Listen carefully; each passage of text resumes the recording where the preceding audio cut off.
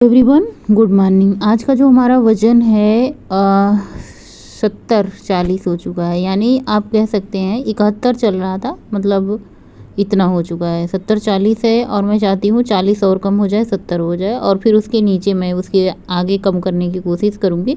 तो मैं जब भी वज़न करती हूँ 2 बार करती हूँ और इसके आगे का मैं वज़न आपको दिखाती हूँ। आज के वज़न और इसके पहले का वज़न जो 71 था, 71 चल रहा था, लेकिन आजकल हालांकि व्रत चल रहे हैं और इसकी वजह से वज़न कम हुआ है। और हमारे व्यूअर का कमेंट आया था, बहुत अच्छा लगा, आपका कमेंट इतना अच्छा लगा कि मैं इसी टॉपिक पे लेके ही आज की सारी बातें करूँगी। तो उनका कमेंट आया था कि आप मतलब बोर नहीं हो जाती, मतलब यही काम करके दिन भर। तो बोर तो इंसान तब होता है जब वो खाली बैठता है, जब उसको कोई काम नहीं होता। अगर मुझसे कोई ये कहे कि आपके पास 10 मिनट भी फालतू टाइम है, तो मैं कहूँगी बिल्कुल नहीं, हमारे पास 10 मिनट तो बहुत दूर 1 मिनट भी फालतू टाइम नहीं है। अब वो कैसे? क्योंकि मैं सुबह उठ जाती हूँ, हमारे बच्चों का स्कूल 6 बजे का है, 6 बजे का स्कूल है, तो आप ये मान के चलो कि 1.5 घंटा पहले हमें उठना होता है। तो यानी मैं 4:30-5 बजे तक मैं पक्का उठ जाती हूँ।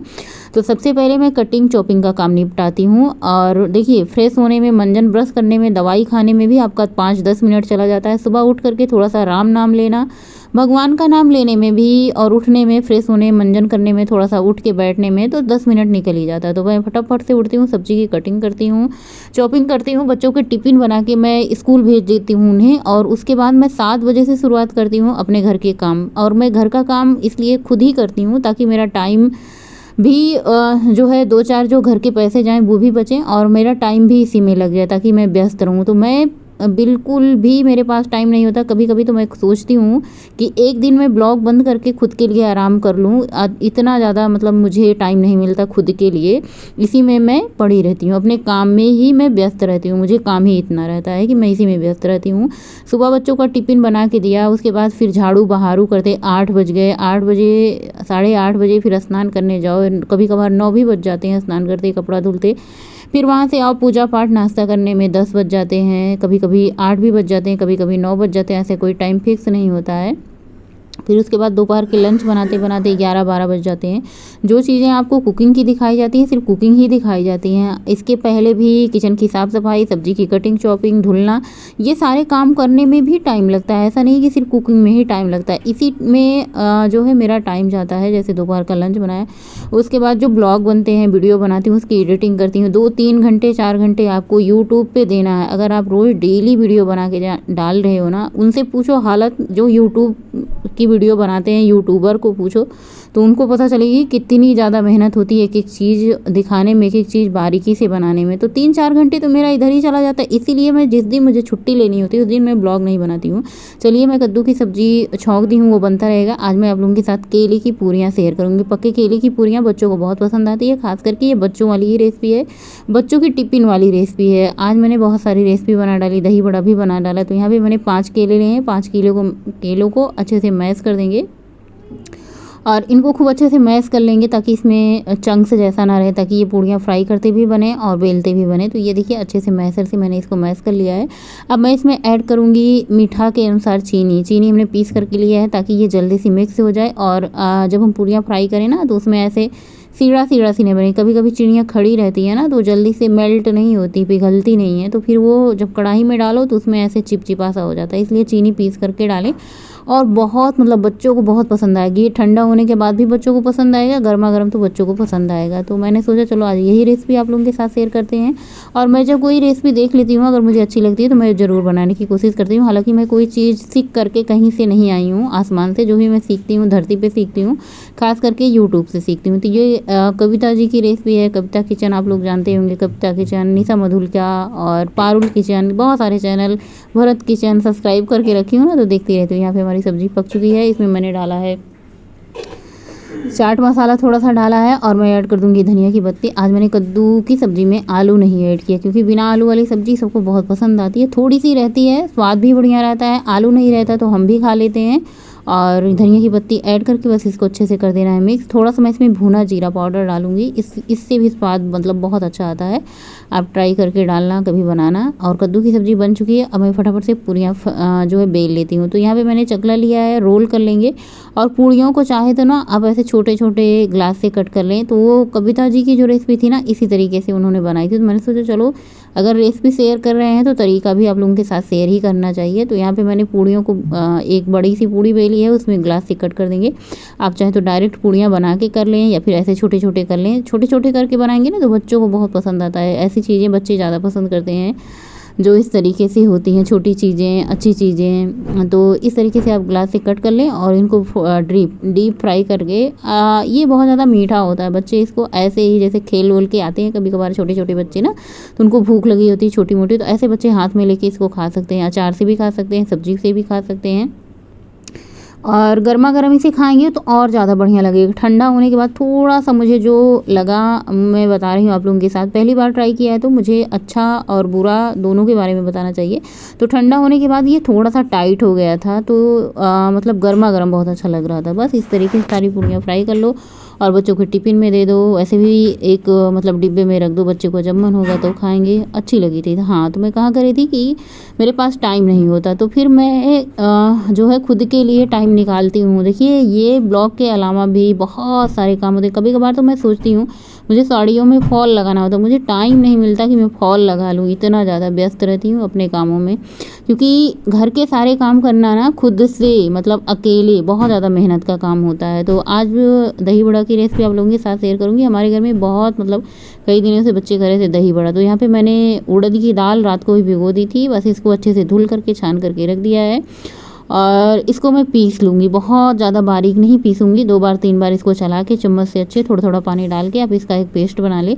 पेस्ट ये देखिए गाढ़ा गाढ़ा मैंने बनाया। बहुत ज़्यादा पतला बना दो ना तो ये फ्राई करते नहीं बनता बहुत ज़्यादा, तो इसलिए मैंने पेस्ट को थोड़ा सा गाढ़ा बनाया। वैसे दही बड़ा आप सभी लोगों को बनाना आता है, अपना अपना तरीका होता है, अपना अपना जैसे बनता है जिसके घर में। वैसे तो मैं बहुत ज़्यादा मतलब ताम झाम नहीं करती हूँ, सिंपल रेसिपी रहती है। देखिए स्वस्थ रहें, मस्त रहें, इसके लिए आप जितना ज़्यादा सिंपल दिखें, सिंपल रहें, सिंपल खाएं, सबसे अच्छी जो चीज़ होती है ना यही होती है आपकी सिंपल और साधारण जीवन लाइफ स्टाइल। तो बस यहाँ पे मैंने दाल को पीस लिया। इसको 10 मिनट घड़ी देख करके आपको फेंटना है। जितना ज़्यादा दाल को फेंटेंगे उतना ही ज़्यादा स्पॉन्जी और अंदर से जो होती है ना सॉफ्ट सॉफ्ट ही दही बड़े बनेंगे। तो इसको घड़ी देख करके मैंने 10 मिनट तक फेंटा है और खूब अच्छे से देखिए दाल सफ़ेद हो चुकी है, पहले से 2 गुनी 3 गुनी हो चुकी है दाल जितनी हमने पीसी थी। ट्राई करते हैं, थोड़ा सा पानी लेके उसमें दाल डालते हैं, ये ऊपर तैर रही है तो यानी ये दाल अच्छे से मतलब तैयार हो चुकी है इसको फ्राई करने के लिए। लेकिन फिर भी मैं थोड़ी देर से और फेंट लेती हूँ ताकि जो हमारे दही बड़े बने खूब स्पॉन्जी बने। मुझे प्यास लगी थी, अभी तक मैंने सुबह से कुछ भी नहीं खाया। इसके एक दिन पहले मेरा व्रत था लेकिन फिर भी मुझे भूख नहीं लग रही थी, और जब मैं भूख नहीं लगती तो मैं ठूस ठूस के कोई चीज़ नहीं खाती हूँ। मैंने यहाँ पे एक लड्डू खाया है जो बनाया था ना अभी कुछ दिन पहले आप लोगों के साथ शेयर किया, तो वही एक लड्डू खा के पानी पी लिया 1 गिलास सिंपल। और यहाँ पे कढ़ाई में तेल, मैंने पूड़ियाँ फ्राई की थी, बस उसी में तेल था। तो इनको बस ऐसे जो है दही भल्ले को गोल गोल शेप में डाल देते हैं। जैसे भी ये बन रहे हैं टेढ़े मेढ़े, इतने ज़्यादा शेप में नहीं बनते हैं। और इसको बस अच्छे से हिला देना है, इसको छूना नहीं है जब तक कि पूरे दोनों तरीके से पक ना जाए, क्योंकि ये चिपक जाते हैं कढ़ाई में। अगर तेल से थोड़ा भी इधर उधर हुए ना तो ये चिपक जाएंगे। और कढ़ाई में तेल थोड़ा था तो मैं सोच रही थी जितने दही भल्ले इसमें बन जाए बना लूँगी। एक्स्ट्रा तेल डाल दो तो फिर वो कढ़ाई में पड़े रहते हैं, फिर अगली बार वो हेल्दी नहीं होते, अनहेल्दी हो जाते हैं। बार बार उसी तेल में कोई चीज़ डीप फ्राई करो। तो मैं कोशिश करती हूँ तेल थोड़ा सा डालूँ और उसका यूज कर लूँ। तो यहाँ पे दही भल्ले एक बार तैयार हो चुके थे, बाकी सारी दही भल्ले इसी तरीके से तैयार करेंगे। खूब सारा दही भल्ला मैंने बनाया था और 2 दिन बढ़िया आराम से खाएंगे। इनको फ्रिज में रख देंगे दही भल्ले को, अगले दिन भी इन्हें बनाएंगे खाएंगे। तो जो उतना दही भल्ला आपको खाना है ना उतना ही आप इसको भिगोएं पानी में। तो चाहे तो आप दही भल्ले का जो मैंने दाल थी उसमें आप नमक और थोड़ा सा हींग डाल के अच्छे से मिक्स करके पकौड़ियाँ बनाएं।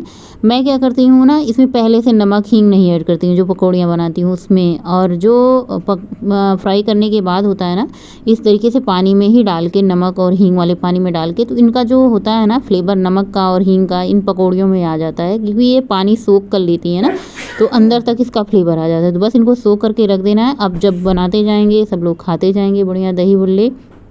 इनको रख देते हैं। अब बढ़िया सी एक हरी चटनी बना लेते हैं। तो यहाँ पे थोड़े से पुदीने के पत्ते, थोड़े से हरी धनिया की पत्ती और थोड़ा सा लहसुन, हरी मिर्ची और इसमें एक नींबू का जूस डाल देंगे। चाहे तो आप इसमें थोड़ा सा भुना हुआ चना डाल दें, चटनी गाढ़ी हो जाएगी, लेकिन मैंने आज ऐड नहीं किया। मूंगफली भी डाल सकती हैं, चना भी डाल सकती हैं। तो बस इसको पीस लेंगे, पेस्ट तैयार कर लेंगे और हमारी हरी चटनी भी बनकर तैयार हो जाएगी। लाल वाली चटनी जो इमली की चटनी है वो मैंने पहले ही एक दिन पहले ही बना के रख ली मैंने, क्योंकि सोचा कि इतना बड़ा ब्लॉग हो जाएगा तो फिर मैं कैसे आप लोगों के साथ शेयर करूँगी। वैसे भी आप लोग ब्लॉग को पूरा देखते नहीं हैं, पूरा बहुत कम ही लोग देखते हैं, मतलब बहुत कम लोग देखते हैं, बाकी सब लोग आधा अधूरा छोड़ देते हैं। तो यहाँ पे चटनी बन के तैयार हो चुकी, कितनी हरी चटनी बनी है ना।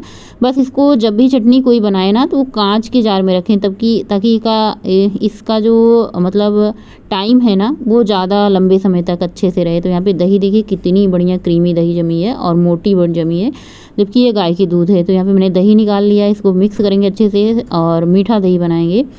कोई नमक डाल के दही भल्ले खाते हैं, कोई मीठा खाते हैं। तो हमारे यहाँ मीठी दही से दही भल्ले सब लोग पसंद करते हैं। तो दही से को में चीनी डाल के अच्छे से मिक्स कर लिया है, इसमें थोड़ा सा पानी डाल दिया दही में। चलिए फटाफट से प्लेटिंग शुरू करते हैं। तो यहाँ पे प्लेटिंग जो मैंने शुरुआत की है पतदेव जी से, सबसे पहले उनको बना के दे देते हैं और उसके बाद फिर बिटिया को बना के दे देते हैं। गोलू अभी स्नान करने को गए हैं क्योंकि बच्चे स्कूल से आए हैं। सुबह 6 बजे का स्कूल होता है तो मैं जल्दी स्नान नहीं करने देती हूँ, क्योंकि अब मौसम बदल चुका है, ठंडा आ चुका है तो ठंडी लगती है। वैसे गर्मी में सब लोग नहा वहा के अपने टाइम से जाते थे, नहा के जाते भी थे, नहा के आते भी, मतलब आने के बाद भी नहाते थे। तो दही बल्ले में सेम मैंने थोड़ी सी लाल मिर्ची डाली है, जी भुना हुआ जीरा पाउडर डाला है, हरी चटनी डाली है, मीठी चटनी डाली है और डाले हैं इसमें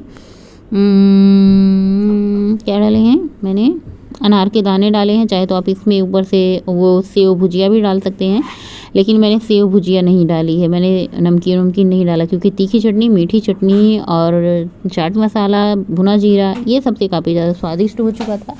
आप अपने तरीके से बना सकते हैं दही भल्ले, जैसे आपको पसंद है ऊपर से वैसे आप प्लेटिंग कर सकते हैं। फ़िलहाल मैं इसी तरीके से प्लेटिंग करती हूँ, इसी तरीके से सबको पसंद होता है। सबको पसंद क्या होता है, जो भी मैं बना के दे देती हूँ सब लोग आराम से खा लेते हैं। हमारे घर भैया इतना नखड़े उखड़े नहीं चलते, सब लोग बहुत ही सीधे हैं। और सबसे बड़ी खुशनसीबी क्या होती है ना आपको, आप लोग कहते हैं बोर नहीं होते, बोर कैसे कोई होगा जब परिवार में इतना ज़्यादा प्यार होता है, अपनापन होता है, सब एक दूसरे की केयर करते हैं, लगाव करते हैं। अगर कोई थोड़ा सा उदास होता है तो सब लोग एक दूसरे को सपोर्ट करते हैं, तो फिर वो मतलब अकेलापन महसूस नहीं होता है। हम सब एक साथ रहते हैं, मतलब एक साथ बातें करते हैं, एक साथ रहते हैं। फिर 5 बजे पतदेव जी आते हैं, बच्चे भी आते हैं, तो ये सारी चीज़ें होती हैं। मुझे बिल्कुल भी नहीं लगता, मैं तो ये सोचती हूँ ना कभी कभी कि मेरे पास थोड़ा सा टाइम मिल जाए, मैं थोड़ा सा टाइम मतलब अपने लिए, खुद के लिए अकेले मैं सोचती हूँ। सुबह वॉक पे निकल जाती हूँ, शाम को वॉक पे निकल जाती हूँ। अगर मेरे पास टाइम रहता है तो मैं किताबें भी पढ़ लेती हूँ और थोड़ी बहुत देर मोबाइल भी देख लेती हूँ। बहुत कम टाइम मिलता है मुझे फ़ोन देखने के लिए। पहले मैं फ़ोन बहुत देखती थी, लेकिन जब से मैंने यूट्यूब का काम शुरू किया है तब से मैंने बहुत कम कर दिया है फ़ोन देखना। और मैं यही कहूँगी हर हाउस वाइफ के, देखिए आप किसी से कम नहीं है, आपके पास कुछ नहीं है, आपके पास फ़ोन है। अगर आप बोर हो रही हैं तो डायरेक्ट फ़ोन उठाओ और आपके हाथ में कुकिंग का हुनर है तो आप शुरू हो जाइए, यूट्यूब पे वीडियो डालिए, जो भी आपके मतलब आपको आता है, कुकिंग करना, डांस करना, सिंगिंग करना। आजकल तो बहुत सारे चैनल बन चुके हैं। इससे क्या होगा, आपका टाइम भी बीत जाएगा, आपके हाथ में 2-4 पैसे भी आएंगे और आपको ये नहीं कहना होगा दूसरे से, घर में पति देव से या फिर किसी भी सदस्य से कि मुझे इस चीज़ की ज़रूरत है, आप ये खरीद दीजिए, ले दीजिए। आपके हाथ में पैसे हैं, आप खुद के लिए कुछ खरीद सकती हैं, कपड़े, सैंडल, चप्पल, जूता, चूड़ी, एनीवे जो भी आपको पसंद है वो सारी चीज़ें खरीद सकती हैं। आप खुद के पैरों पे खड़ी हो सकती हैं। आप अपना घर का सारा काम भी कर रही हैं, प्लस अपना टाइम भी आपको मतलब आप व्यस्त भी हो रही हैं, उससे आपको 2-4 पैसे भी मिल रहे हैं और 2-4 लोगों को सही क्या कहते हैं, सही क्या होता है, मतलब मैं क्या ही बताऊँ, किन शब्दों में बताऊँ कि हाँ आप लोगों को भी मुझसे कुछ मिल रहा है। कभी कभी मैं सोचती हूँ आप लोगों को मुझसे मिलता क्या होगा। फिर मैं सोचती हूँ जो मैं दिखाती हूँ, रियल दिखाती हूँ, जो मैं करती हूँ वही दिखाती हूँ, तो यही आप लोग देखते होंगे जो रियल चीज़ें। मैं बहुत ज़्यादा सिंपल रहती हूँ, मुझे ज़्यादा इतना मतलब ये चीज़ नहीं आता कि बढ़ा चढ़ा के दिखाना कि मैं ये हूँ, मैं वो हूँ, जैसा हूँ सिंपल हूँ।